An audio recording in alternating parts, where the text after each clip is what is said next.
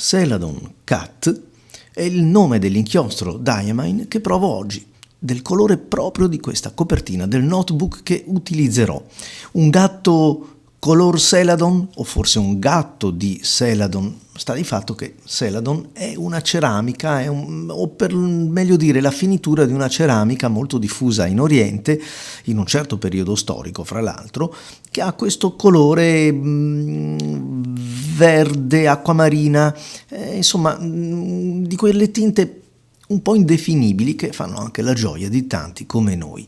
Diamine lo conosciamo tutti, quindi non vi racconto molto, sapete tutti che produce comunque almeno due versioni del calamaio, quello economico nel senso abbordabile per provare da 30 ml e quello invece da 80, un pochettino più completo, in vetro, insomma un pochettino più serio anche ed economico, non nascondiamocelo. Però è nota anche per le tantissime proposte monotematiche che spaziano dai fiori alle gemme alla musica, insomma ce n'è un po' per tutti i gusti. La mia amica Rapo mi ha detto devi provare questo inchiostro. Vabbè, d'accordo, proviamolo, anche se lei non è solo un'appassionata di scrittura, ma è una che con gli inchiostri ci disegna. Infatti ogni tanto mi somministra qualche tinta così evanescente che insomma io ci faccio gran poco con la scrittura. Beh, insomma, detto questo, grazie Rapo, così si chiama la mia amica, e parliamo di questo inchiostro. Innanzitutto è un Diamine e questa è una garanzia. C'è poco da fare, lo mettete nella penna e scrive con quel giusto grado di copertura del pennino, con quel grado di scorrevolezza che fa nascere il sorriso. Mette un po' a posto e mette d'accordo tutti i pennini, poi soprattutto quando li mettiamo alla prova su una carta bella come questa, questo blocco a pica, che vi ho già presentato fra l'altro, è un blocco che trovo interessante. La peculiarità di questo inchiostro, forse non è dei più originali, perché a ben guardare mi ricorda molto da vicino l'acquamarina della Pelikan Edelstein, ma anche il Bermuda Blu di Schneider, cioè sono quelle tinte, anche il Deep Sea Green della Graf von Faber-Castell, che è uno dei miei inchiostri preferiti, manco a dirlo, visto che la tinta incontra davvero i miei gusti.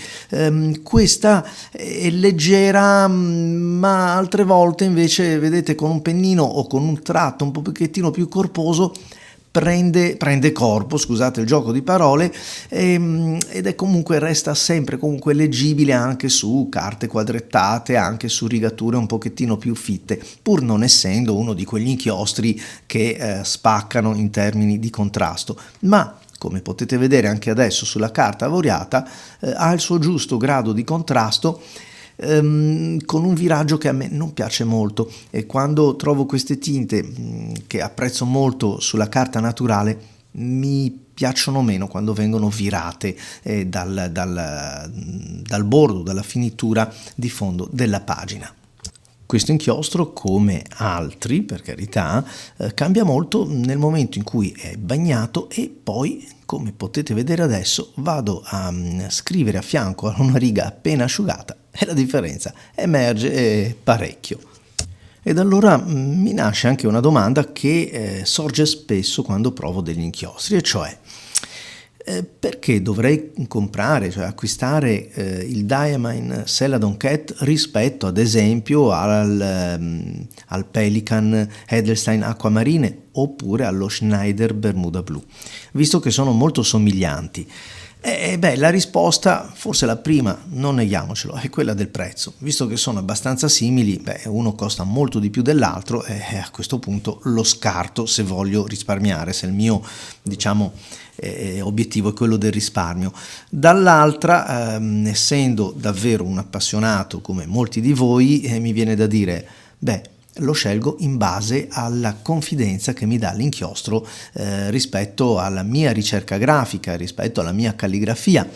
E allora, per esempio, rispetto all'Acquamarine di Edelstein, questo è un inchiostro senza dubbio più oleoso, forse con qualche sfumatura in meno e anche con qualche vezzo che viene a mancare perché Edelstein ha più riflessi, è un pochettino più fresco, forse più chiaro.